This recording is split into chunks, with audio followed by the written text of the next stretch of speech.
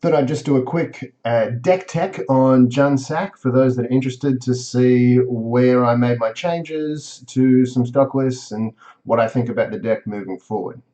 So I'm going to start with like a basic intro to how the deck works, and then I'll get into some more advanced stuff. So one of the biggest things is Cauldron Familiar. Oh, I'm going to change my deck here. Cauldron Familiar, put two of those back in.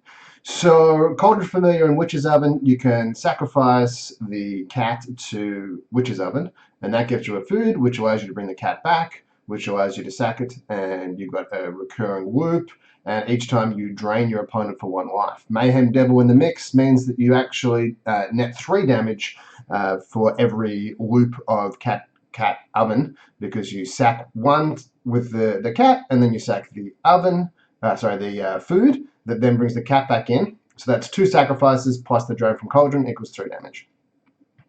I've got 3 Priest of the Forgotten Gods. I've shaved one of them in order to play Vraska. I'm going to list a couple of things that Vraska kills.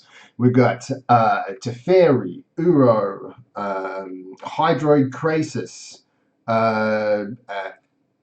Witch's Oven, Mayhem Devil, pretty much everything in red. So it does a lot of good things. There are some things that quite notably it doesn't kill. So Nissa, the land that Nissa makes, Wilderness Reclamation, which is very relevant. But then Wilderness Reclamation, Priest of the Forgotten Gods is also not great there. So I've got a 1 of Vraska in the main. I've also got another one in the board. I did have a 3rd one in the board, but I ended up cutting that from Murderous Rider, which we'll get to in a second.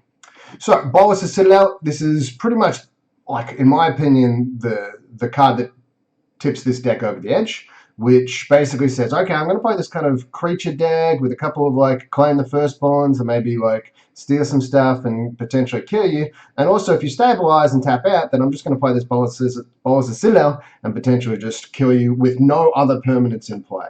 So it combined with a Woe Strider means that you can manipulate the top card of your library, and as long as you've got enough life, you can get to enough permanents, so 10 permanents, plus a Mayhem Devil equals 20 damage. Otherwise, it's 10 damage by itself.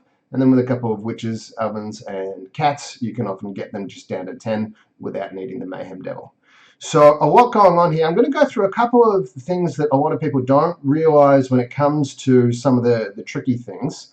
So if you go into gameplay, you can auto-order triggered abilities, and this changes some of your settings. But what I like to do is just hold down Control and Shift in order to get into full control mode when there's some particularly relevant things going on, which is having multiple foods in play, plus a Cauldron's Familiar in your graveyard, means that what you can do is you can hold full priority and sacrifice the food in order to get the cat back, but don't let the cat come back. So let's say you've got Mayhem Devil out and you've got 4 food in your graveyard, 4 food in play, and you've got 1 Cauldron's Familiar in your graveyard, and they're on 5 life. So 4 food, you sacrifice the first food holding priority, and you ping them for 1 damage. And then before the cat comes into play, you sacrifice your other food to then ping them for 1 damage. Sacrifice another food, ping them for 1 damage. Sacrifice another food, ping them for 1 damage. And then the cat comes in and it does that last damage. So it's a little bit of a tricky play there, which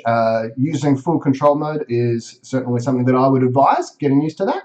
The other thing that can be kind of cool and kind of tricky is a similar kind of thing, but with a Cauldron's Familiar and Mayhem Devil, if you want to get the extra trigger from gaining a life, what you can do is you can actually target your own Cauldron's Familiar if you've got enough food floating around in order to then, so you ping your own cat in order to then put it in your graveyard to bring it back to drain them for a life, which can be relevant if you need to gain an extra couple of life with Bolas' Citadel.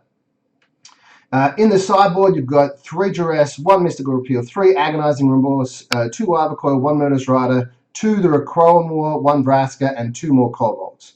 So I'm going to start by mentioning Mystic Repeal over Cindervines. So I tested a lot with Cindervines versus Wilderness Reclamation, and what I found was that with 4 Aether Gust in the 75, the Cindervines isn't really much of a like it's a very on-board presence. You can tell that they're not going to invest the mana into a Wilderness Reclamation, and as a result, what happens is they wait until they've got an Ether Gust, or they wait until they've got a Blast Zone in order to blow up your Cindervines or bounce it to the top of your library, and then play their Wilderness Reclamation and get all their mana and get all their value.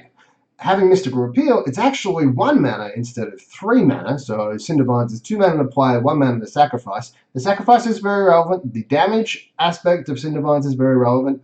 But I find that the surprise effect of Mystic Repeal is certainly something that is more where I want to be. So instead, I cut the Cindervines and I'm playing more Agonizing Remorse. So one of the ways you can easily lose in the matchup is that they just have an Uro in play.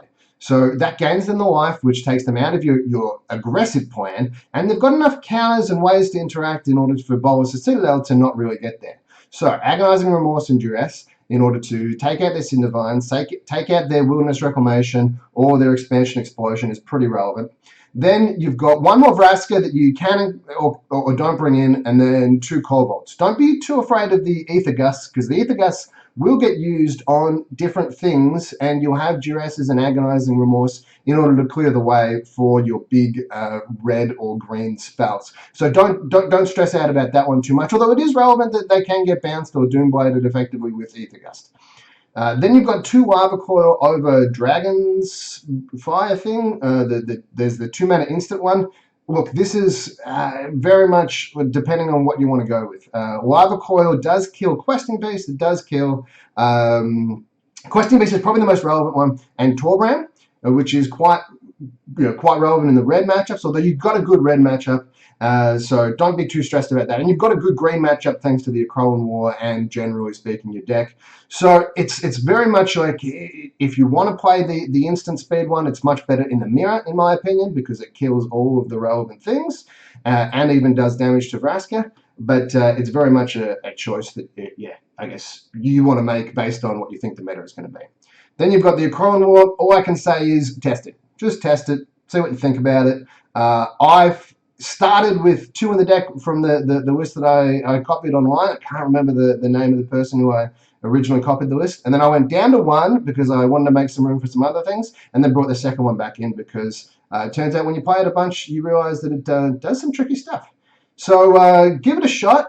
I'm currently 10-0 in the PT, which is pretty cool. Hopefully I'll be able to cast some more of the Akroan Wars and hopefully make it to the finals. Catch you next time.